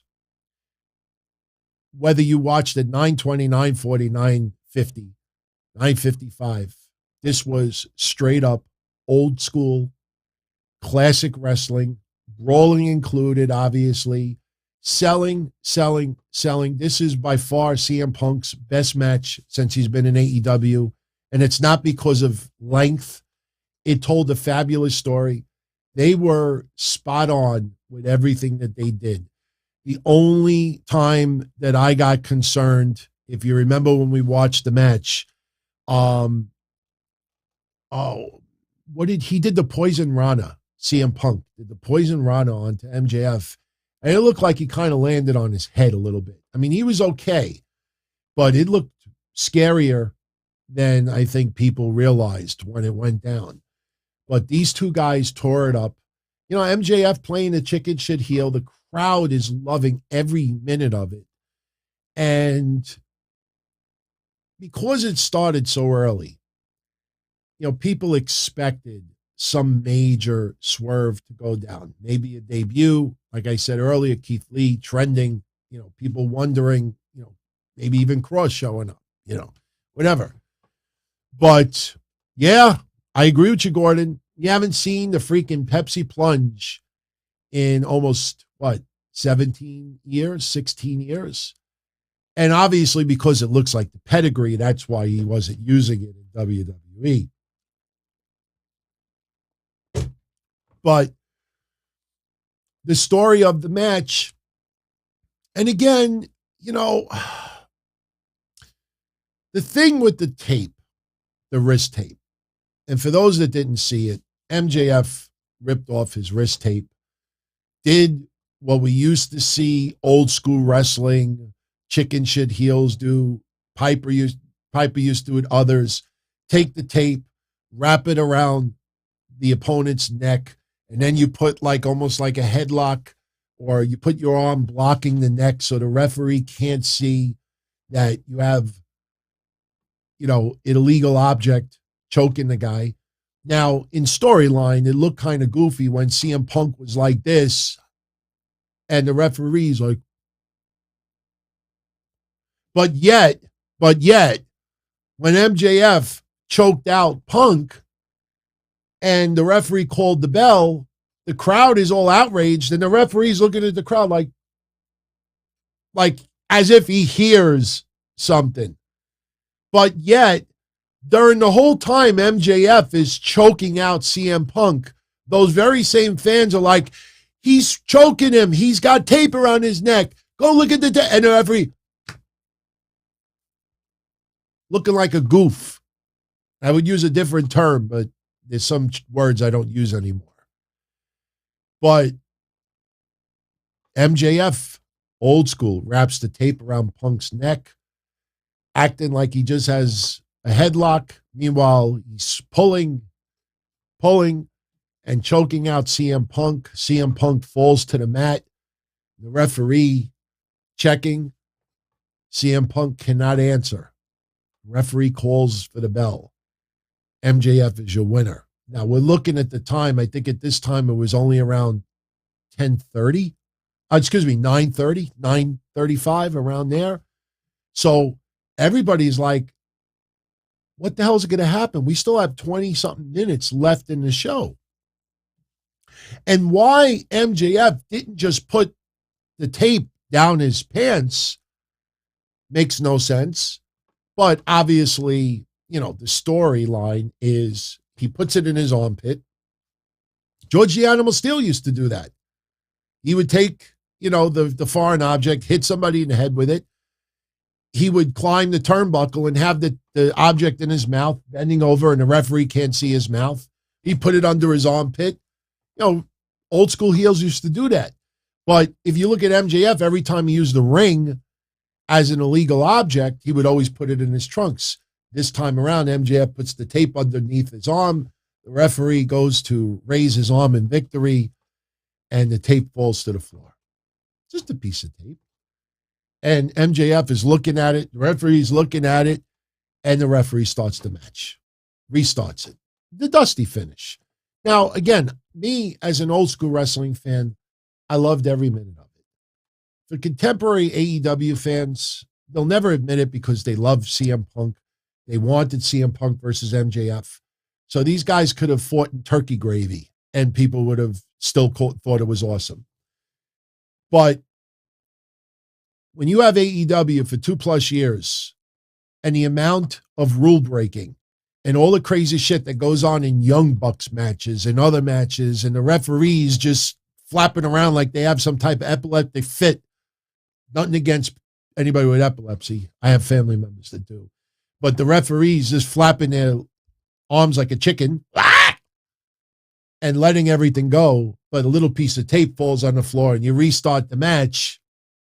It's like, it's hard to believe. See, this is why Tony Khan hopefully learned a lesson tonight. Hey, we can have old school bullshit, incidents and restart a match, and the crowd will love it.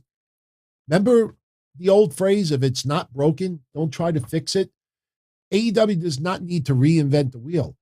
They just need to make the wheel better. And tonight, old school. I mean, look, I don't really give a shit about match ratings. I know a lot of people get triggered when Meltzer gives AEW matches 5 stars. But I tell you, you look at this storytelling and the psychological part of the match and everything that it did. I'll tell you the truth, with the exception of a couple of spots from last week, I loved this match better than I liked Cody and Sammy. No joke. And, everybody knows I'm now, a fan of Jim Cornette. Took many years for me to, finally get it. But I already expect this guy to absolutely put over this match. Fabulous. So they restart the match. And I saw some people complaining CM Punk was choked out completely. The minute they restarted the match, CM Punk pops up and is brawling and beating the shit out of MJF. Wow, that was pretty quick recover. Well, when you're being choked out, you have no air storyline in you lose an oxygen and you could pass out for a second, and he broke the hold. So your oxygen comes back and you're better. And we don't have to nitpick that closely, but since we're talking about AEW, Steph is asking me why I don't put Sonya Deville over. Go type in her name in my channel and you will see clips of last week. And I know you heard the clip of me saying why I didn't think she was Eric Bischoff 25 years ago. And I said that she is very unique. And I did nothing but kiss Sonya Deville's ass for about 5 minutes. So much love. Much love. She's big supporter of the show. So the match is restarted. CM Punk gets the upper hand for a little while. Eventually, MJF gets it back.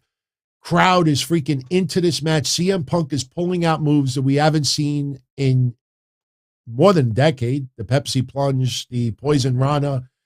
And, CM Punk, especially when he did the Pepsi Plunge, I mean, you looked at his knee. I mean, he obviously had a burn from the pad earlier in the match, or maybe he burned it on the mat, but he landed leg first and then knee dashed into the canvas. So he takes the knee pad off, and I'm sure he knows he's got a nice little mouse on there, and he's selling the knee, I mean, as good as anybody. I mean, the guy knows how to sell.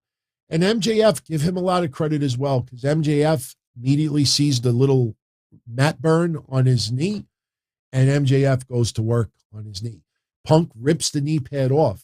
That's the telltale sign to MJF. I took the pad off. I'm selling the knee. Work on the fucking knee. And that's what he did. So we're getting towards the end of the match, and Wardlow comes out.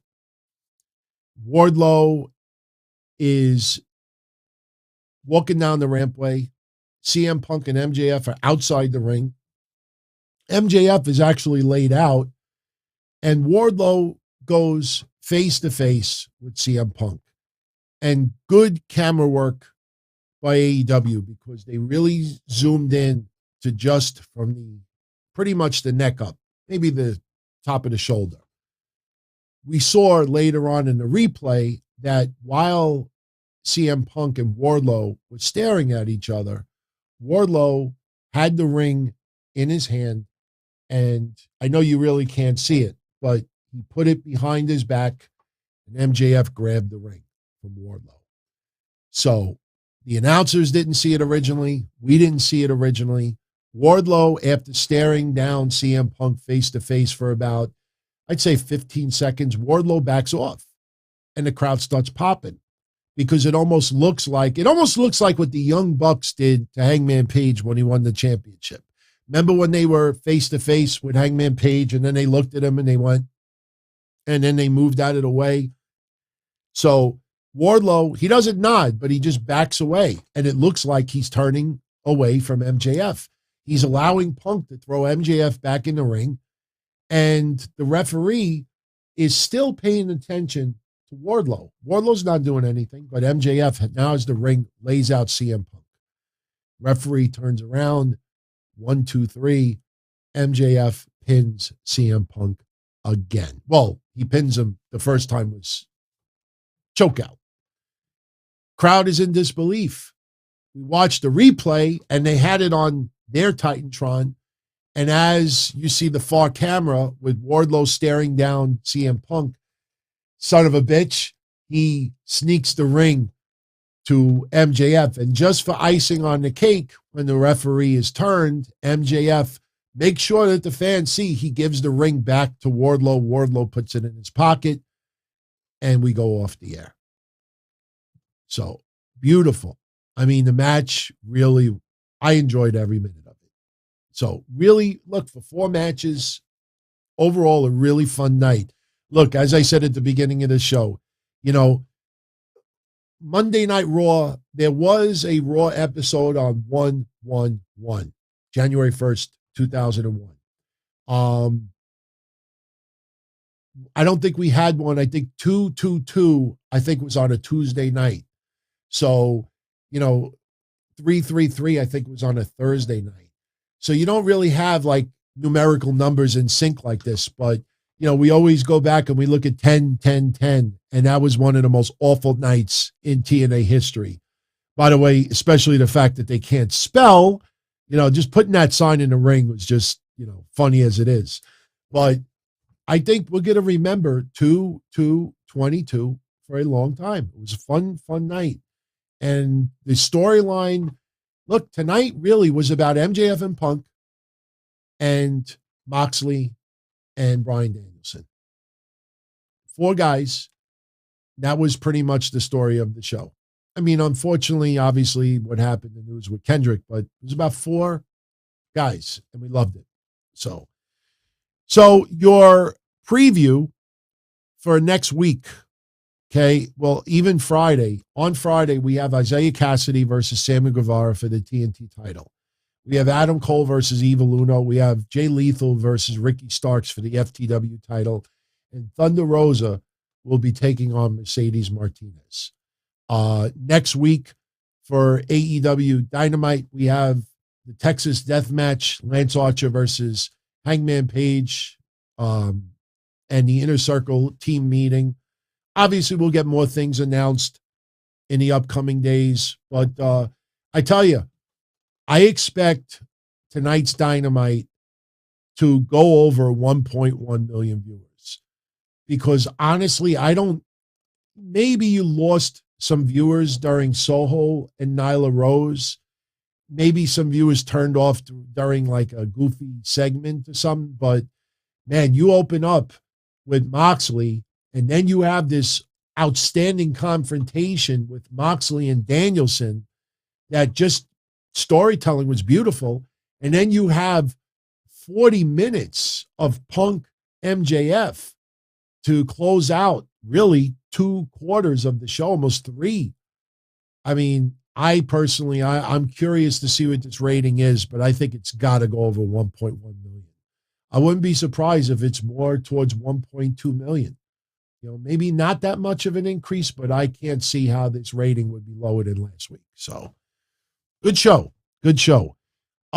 If you are interested, I got an email today from Upper Deck.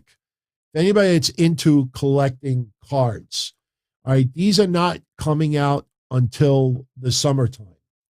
But Upper Deck announced they're coming out with a set called AEW Spectrum. These are going to feature metal cards and cards that have memorabilia inserts. Now, I'll read you just a quick little portion of this press release to give you an idea as far as what these cards will feature. And they say the cards will include Hangman Page, Britt Baker, CM Punk, Cody and Brandi Rhodes, Bryan Danielson, Jericho, Omega, Young Bucks, go down the list, all the stars. AEW Spectrum also delivers the first AEW cards made of metal and full gear insert cards, which showcase wrestlers, and it'll have chair shots insert cards featuring a die cut card that includes a short list of AEW superstars. On the mat relics will be pieces of match used ring mats, not ring rats, ring mats. Table for 2 relics will have pieces of tables. Ring general relics, which will have swatches of different match used ring components that could be mats, turnbuckles, aprons. And they look pretty good. I mean, you see right there the autographed card of Hangman Page. Not bad. Not bad. I mean, I think the quality of cards are pretty solid. If you checked out last Thursday's show, we talked about their signed photos that they have up for sale, which those prices are just disgusting. I don't know anybody that's going to spend $300 to $500 for a signed photo. Especially some of the wrestlers that you could get a good signed photo with a good JSA authenticity on eBay for about $30, and on Upper Deck site they're selling it for $299. Crazy. All right, let's briefly talk about NXT a little bit. Fun show yesterday. For me, the show was about the beginning and the end. Mish sold me on it. I checked it out today. We had Imperium of Gunther, Marcel Barthel, and Fabian Aichner over Diamond Mine, Roderick Strong, and the Creed brothers. I don't normally do this, but I'm going to continue what I said about a week ago. I don't know what the hell the future is going to be for Roderick Strong. I almost feel like Diamond Mine is going to kick him out. They're going to kick Strong out of Diamond Mine. I don't know what its future is going to be. Unfortunately, I don't see him going to the main roster because he's not character driven. And in WWE, you have to be character driven. There's almost nobody who is bland as water as far as personality wise. And just because you're a good fighter, it's not, I don't see it. And look, maybe he's willing to stay on board as a trainer, or maybe be more of a trainer than an in-ring wrestler. I don't know if Roddy is looking to do that at this stage of the game. I get the same vibes like Matt Hardy, Kendrick, Scotty. Like I said earlier, some of these guys, they're right at the edge. They're right at that edge where they're about to be past their prime, or they are a little past their prime. And WWE's like, look, we'll offer you this, but we can't do this anymore. Then a wrestler's got to make a very tough decision. Do I still want to do it in the ring for a couple of more years until I can't do it anymore? Or do I take this and get a little bit of security? I know you can be released at any time, but that's the risk that these wrestlers take. That's the risk that they take. Benjamin is saying Roderick Strong needs a manager or a faction on the main roster. And then what? He's still not, he has no personality. He's not a character. There's nothing about him, with his look-wise, that stands out. WWE is character-driven. AEW is more wrestler in the ring. AEW is about in-ring and not so much on the storyline aspect, with the exception of a few. So I don't see that. But yes, we talked about the Jeff Hardy situation on Monday night, 2EX. You can go check out Monday Night Show. There is a timestamp for that. Very, very happy to see what came out as far as the results. Raquel Gonzalez over Cora Jade. And even though Cora lost, she gains the respect of Raquel Gonzalez. Saray makes her return, beating Kayla Inlay. And yeah, sorry for some of you out there that expected like a Sailor Moon schoolgirl type look. I think once Sasha Banks came out looking like Sailor Moon in the Royal Rumble, I think it spelled doom for Saray doing the same look. It's basically her outfit from before, but they're talking about the charm for good luck. They don't look. NXT, what people need to remember is that NXT, there's going to be changes more often than you think. You see Andre Chase. You see some other wrestlers, changing their gimmick almost within a month because NXT is developmental. They're not going to spend a year building up a persona, a character about someone where they know it's not clicking, it's not working, it's not gelling. They're not going to wait a year or 2 years and then change it. It's developmental. They'll try it for a few weeks. If they think that it can go further, they will continue with it. If they feel that it sucks or it's not working, that's what developmental is. Trial and error, trial and error, trial and error. I said this over the weekend.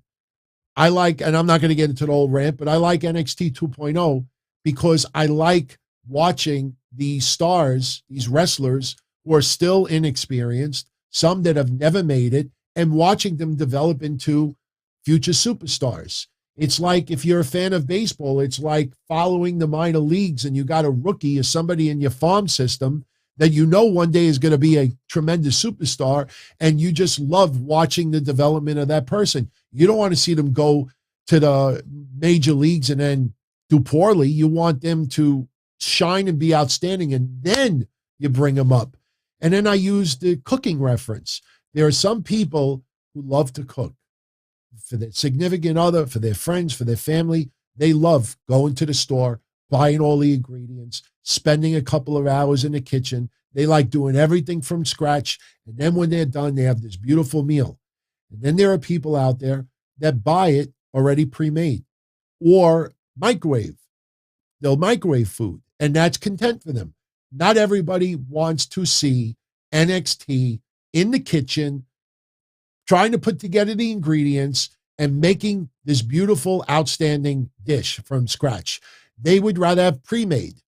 Give me so-and-so from the indies, pre-made. Give me this person, pre-made. Give me this. And sometimes when you buy something that's already cooked and pre-made, it's not easy to add extra ingredients to it because it's already done. You put too many ingredients, you screw it up.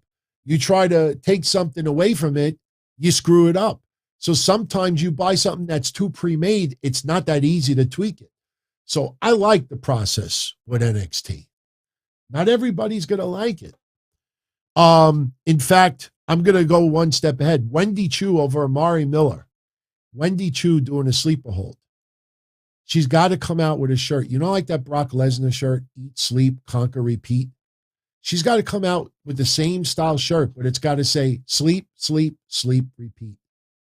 Or we have Suplex City. What did I say before? I said Sleeplex City. I actually did a little spin-off. It was just my own ideas. Just like, remember, I gave that shirt idea to Aaliyah. Aaliyah 317 says, I just pin your ass. You know, some people tried to do the Austin and they use kick your ass. And like, no, pin your ass. Kick your ass doesn't mean you actually won a match. Kick your ass means I kicked your ass. But Aaliyah 317 says, I just pin your ass. But I think Wendy Chu, they got to come out with a sleep, sleep, sleep, repeat. Sleeplex City. Got to take somebody to Sleeplex City. So, Joe Gacy over LA Knight. No problem with LA Knight losing there. The guy is over.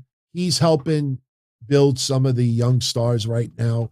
I'm still holding out hope that Johnny Gargano is going to return and have a feud with Grayson Waller. I think that could happen. I don't know. It's a long shot, but, you know, I think that would be fun.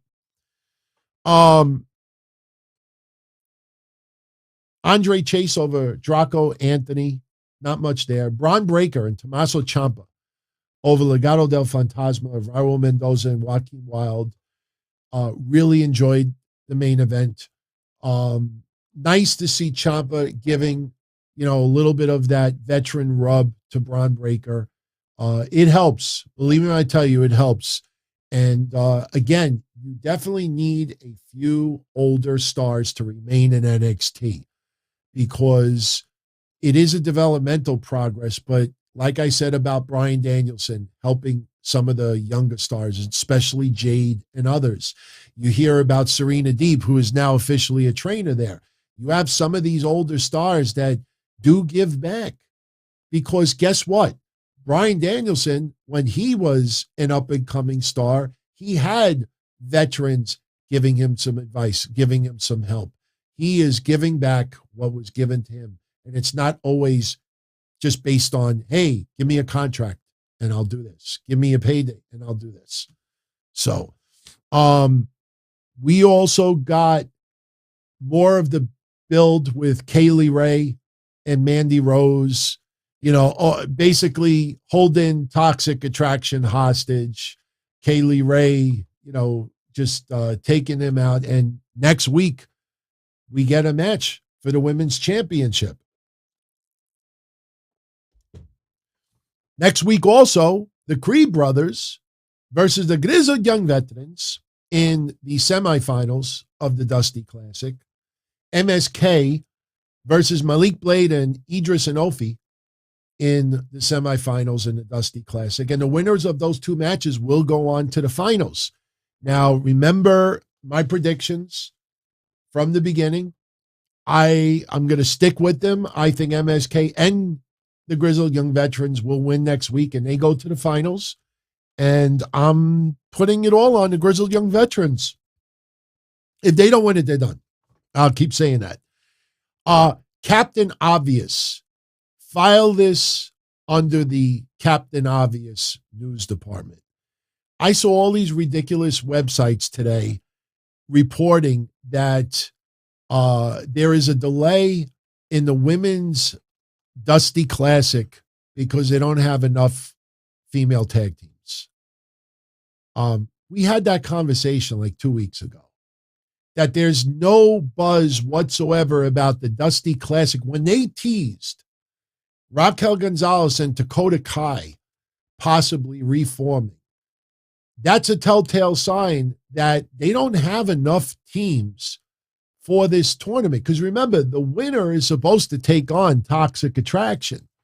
So with Saray returning, you know, Zoe Stark is still a little ways away. But with Saray returning, you could put her with maybe Io Shirai. There is a good team right there. You could have Indy Hartwell and Persia Peralta. That is a team right there. You got Kaden Carter and Casey Catanzaro. Remember I said, you might remember this last week. Remember I said that there was discussion that they may only have 4 women's tag teams in that tournament. They're really trying to get 8. But as of right now, they only have 4. And I saw all these news reports yesterday. I'm like, that's Captain Obvious. No fucking shit. I mean, that's not news. That's just common sense. But we'll see. We'll see. Impact. I know a lot of you have been asking me about covering Impact a little bit. I mean, I'm going to slowly bring them back in the mix. I mean, their ratings, and it still blows me away that a lot of sites that are just so into ratings don't ever show any love for Impact Wrestling. Impact Wrestling has had 6 straight weeks of increase. Their ratings are up 130% since the 3rd week in December. And they're now back to the time, ratings-wise, when Tessa Blanchard was their champion. The Ring of Honor storyline, even though it's in name, it's worked really nicely. And you got members of the Bullet Club there. And Jonah is now working there, albeit for a short period of time. And the shows have been pretty good. If you notice, they've shied away from the Wrestle House stuff, which was the right way to go. I mean, I know they're teasing. It looks like Taya Valkyrie will be there very, very soon. But they're actually doing pretty good right now. I think they deserve a second look if anybody hasn't been watching them in a long time. So this week we have Jay White, G.O.D., Chris Bay and Chris Bay versus Jake Something, Mike Bailey, Ace Austin. Excuse me. Yeah, G.O.D. Chris Bay and Jay White versus Jake Something, Mike Bailey, Ace Austin, and Madman Fulton. You have Vincent versus Josh Alexander. The digital media title will be on the line. Jordan Grace is going to defend it against Matt Cardona. That should be interesting. Jonathan Gresham in a non-title match will be taking on Steve Macklin. So the title is not on the line. Jonah versus Crazy Steve and John Schuyler versus Bhupinder Gujar. So definitely check it out. Thank you, Chris, for the kind words, by the way. Thank you. Ring of Honor. The Briscoes are the first announced inductees in the Ring of Honor Hall of Fame. Last week, we talked about it. I thank you all who posted your picks for the first 4 inductees. Now, when we talked about it, we didn't know if the Briscoes would count as 2 or 1 inductee. And they're actually still going to choose 3 more inductees. And it's very important that I bring this up because I actually talked about this last week, and now it seems like what we brought up with a non-wrestler may actually happen, and I'll tell you why. What Ring of Honor is doing, if you didn't tune in last week, is for 3 straight weeks of TV, they're going to feature the whoever's inducted or announced to be in their Hall of Fame. So, for example, the Briscoes, they announced as the first inductees in the Ring of Honor Hall of Fame. So this week, they're going to spend the episode paying tribute for the Briscoes. They're going to show, various matches throughout their career. And the Briscoes are there a lot longer than you think. So this week's Ring of Honor TV will be dedicated to the Briscoes. Now, remember, when they issued their press release about the Hall of Fame, they said 3 straight weeks dedicated to Hall of Fame inductees. Now, 4 inductees, 3 weeks of TV. Briscoes only count as 1 of the 4 inductions. So that means you have 2 more weeks of TV, but 3 names yet to be announced. That tells me one of those 3 more than likely will not be a wrestler. Will it be Carrie Silken? Will it be Gabe Sapolsky? I'll be honest with you. If I was going to choose, and I know this is going to sound like Bizarro Land, I would choose Gabe Sapolsky. There's no secret. I despise Gabe Sapolsky for 18 years. more because of the bullshit that went down when XPW came to the Northeast. You know, they had this persona, this perception of honor and this and that. And the owners of Ring of Honor were snakes in the grass behind the scenes. Still remember what they pulled for a couple of wrestlers because they just wanted a payday in XPW. We're not going to get into that today. But, you know, years go by. I mean, you know, things change and people evolve, no pun intended. I think Gabe Sapolsky should be the first non-wrestler that I would put in. Seriously. Carrie Silkin would not be a bad choice either, but I would put Gabe in before I put Carrie Silkin. The other two choices, look, we talked about Samoa Joe, CM Punk, Bryan Danielson, low-key. I mean, you really can't go wrong, but they have to choose pioneers. I can't see why Samoa Joe would not be able to accept the induction. One thing, and this is business, but it's pretty obvious, with the Briscoes now rumored to be going to AEW, don't know if it's going to happen, but with the Briscoes rumored and a lot of buzz around the Briscoes, especially after losing the GCW tag titles, Ring of Honor makes them their first induction. And oh, by the way, watch our TV show. It's going to be all Briscoes. So they're going to put people in that they could showcase their entire TV show to celebrate. So do I want to see a full episode dedicated to Low Key right now? Or do I want to see a full episode dedicated to Samoa Joe? Do I want to see a full episode dedicated? I don't think CM Punk would be put in the first class, even though that was one of my picks. So you got to remember, it's going to coincide with TV as well. So, and that's pretty much it. As far as tonight goes, I think we covered everything. Yes, we did. And we're almost at the 2-hour mark, a little bit longer than I wanted to. And we obviously could not end this show tonight with a little shout out. I know who this is behind the name, but big shout out. You'll see it on the screen in a moment. Shout out to 10, 10, 10. He hopes that I'm well on this special day of 2/2/22. Speaking of Impact, on this special day, we remember the greatest pay-per-view of all time and the birthplace of the Abyss voice. Was that who I originally was impersonating? Oh, yeah, that's right, The Ring. You know, newer viewers have no idea, but we had a field day back then. Abyss, they're coming, look, the ring. Oh, man, those are memories, man.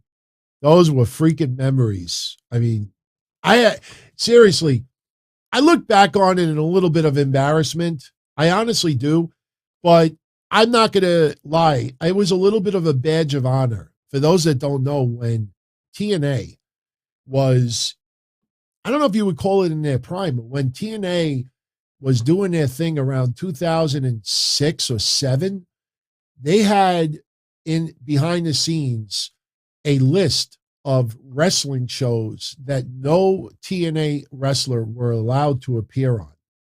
And I don't remember who the other show was, but one of the two shows was mine. I mean, I was doing it with Kev Castle at the time as well. But under no circumstance, which was fine because I don't do guests. You know, I've never done guests with the exception of Conan for the most part. And that was under special circumstances. But, you know, looking back on it, I'm kind of embarrassed. You know, I don't take pride. I mean, there's some people online that like brag when they get blocked from people. And then you know that they truly got triggered because they can't stop talking about it. You know, they'll write, oh, you know, so-and-so blocked me. I don't give a shit. I'm not a fan of theirs anyway. And then a week later, they have to remind you, oh, did you know that Adam Cole blocked me?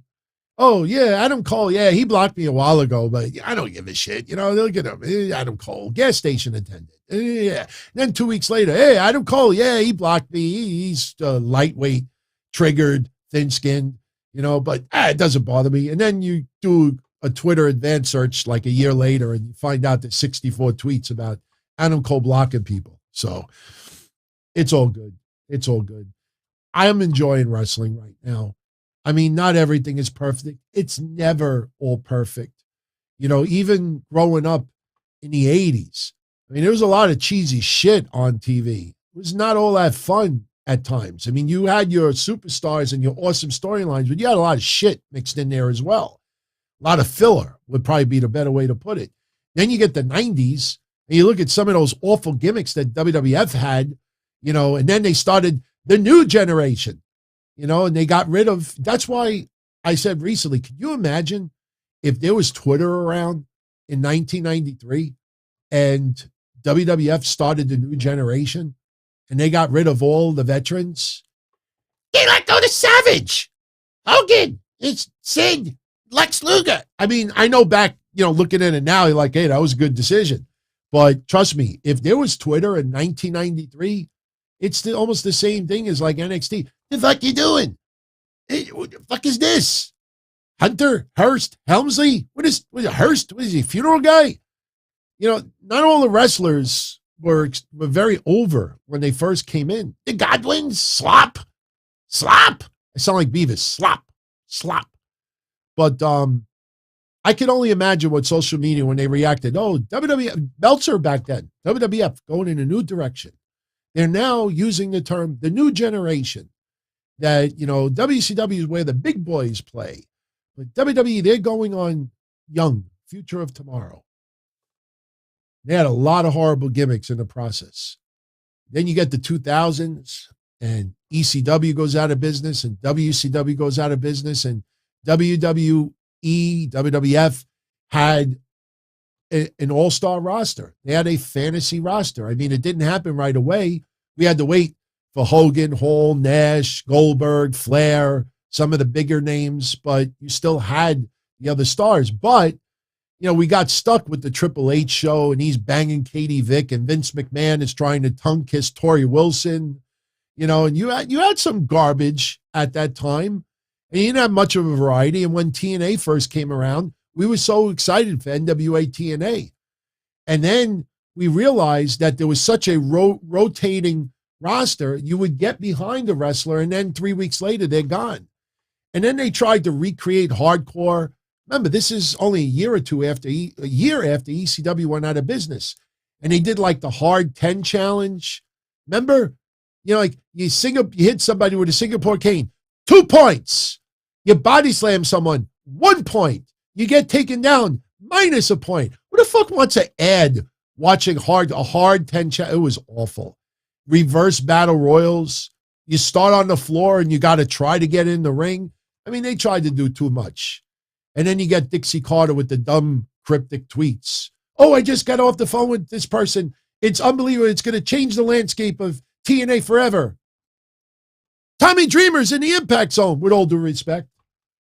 She blew a lot of hot air at that time. And I still remember when Jacksonville Tony tried to do it. And remember, major surprise, AEW. Major surprise, going to be talking to Net. They're coming to Jacksonville. And they got ripped apart. And Tony acting like he doesn't know what goes on with the other Twitter account. Never forget that. We need to be better. We need to be better for our fans. Now we have to give them a big surprise. How could you do that? He fucking knew. But it's all good. It's all good. That's how the business is. This is how the sausage is made. When I did that Max Caster rap, what's funny? My software had an update. And one of the things, and we're going to leave now, but one of the things that I always had a problem is I don't name my files all that good. I'm in such a rush that sometimes I just type random letters just to save a file, and then I just put it in here and go live. But now I actually, they did an update where if I just want to find a video, I just hit a button and a video pops up like this. Let me see. I don't know if this is the right one, though. Let me see. Okay, why do I not see anything? Oh, yeah. Oh!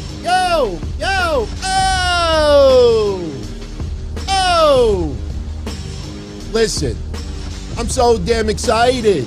I want to yell. Acclaimed are back on All Elite. Gee, that's swell. Watered down insults and friendly promos. Gone are the days of calling opponents. Come on, man. Kidding me? Nah, I'm only playing. It's just a joke. Acclaim will do just fine despite complaints for the woke. Continue the insults, continue the roast. Never go stale like this keto toast. Oh. All right, one more. My favorite one of all. One more.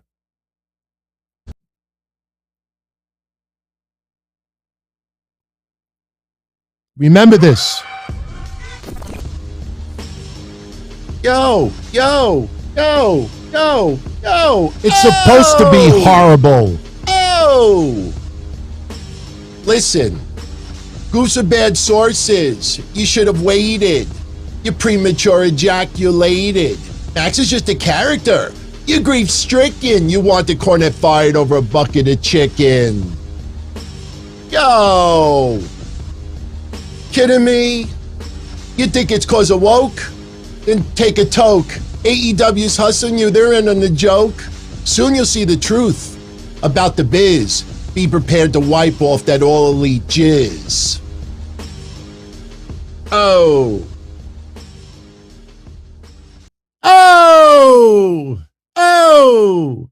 Hey, I fixed the color at least. But yeah, AEW it's not much different than WWE. Of course, it's not corporate like WWE, and not publicly traded company, and obviously they could do things a lot differently. But at the end of the day, you got the same people behind the scenes. It's just a perception. As time goes by, you see how the sausage is made. Brian Kendrick, if the perception was a little bit different in AEW, Brian Kendrick would have wrestled tonight. Brian Kendrick, look, the internet was the same when Brian Kendrick was on 205 Live. The internet was the same when Brian Kendrick got thrown down the stairs by Harland. The internet was the same when Brian Kendrick was supposed to take on Harland. When they scrapped the match and Brian Kendrick wanted his release, everybody was writing, oh my God, he should go to AEW, he should go to AEW, he should go to AEW. All that information was there. People just didn't bother. They just didn't bother. And then somebody got very upset by it, started looking and this and that, and then people realized, oh shit, yeah, that's how it works. Shout out to Near. And yeah, man, you should be sleeping right now, brother.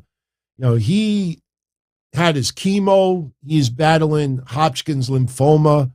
He had COVID last week, which basically delayed his chemo, but I think 4 shots, right? I think 4 is it. Now you should be on the road to recovery. So get some sleep, man. I'm about to get some sleep.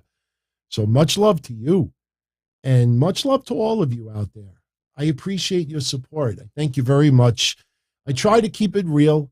It may not be as funny or entertaining as others, but you take your time to tune into my shows. I feel you deserve, my opinion, straight up honest.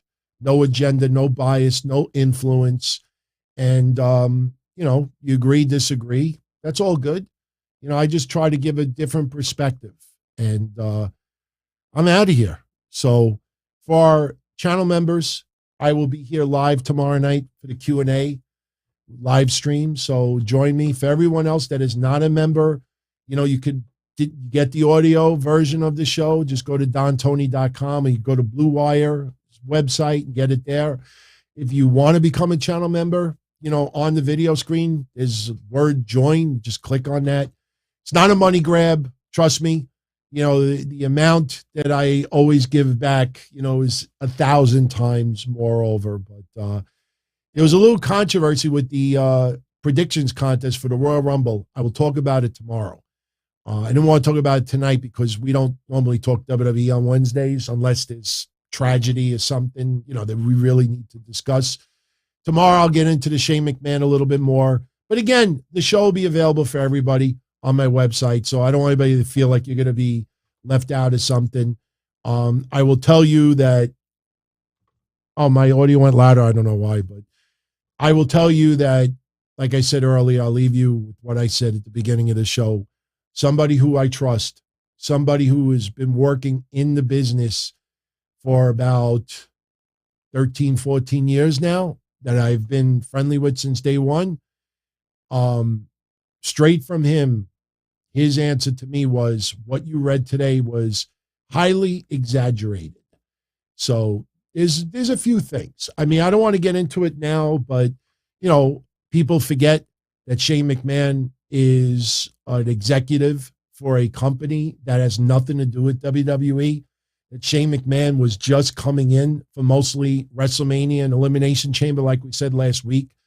WWE changed the idea of Seth Rollins. Look, Monday, Mish and I talked about the idea of Seth Rollins versus Kevin Owens at WrestleMania.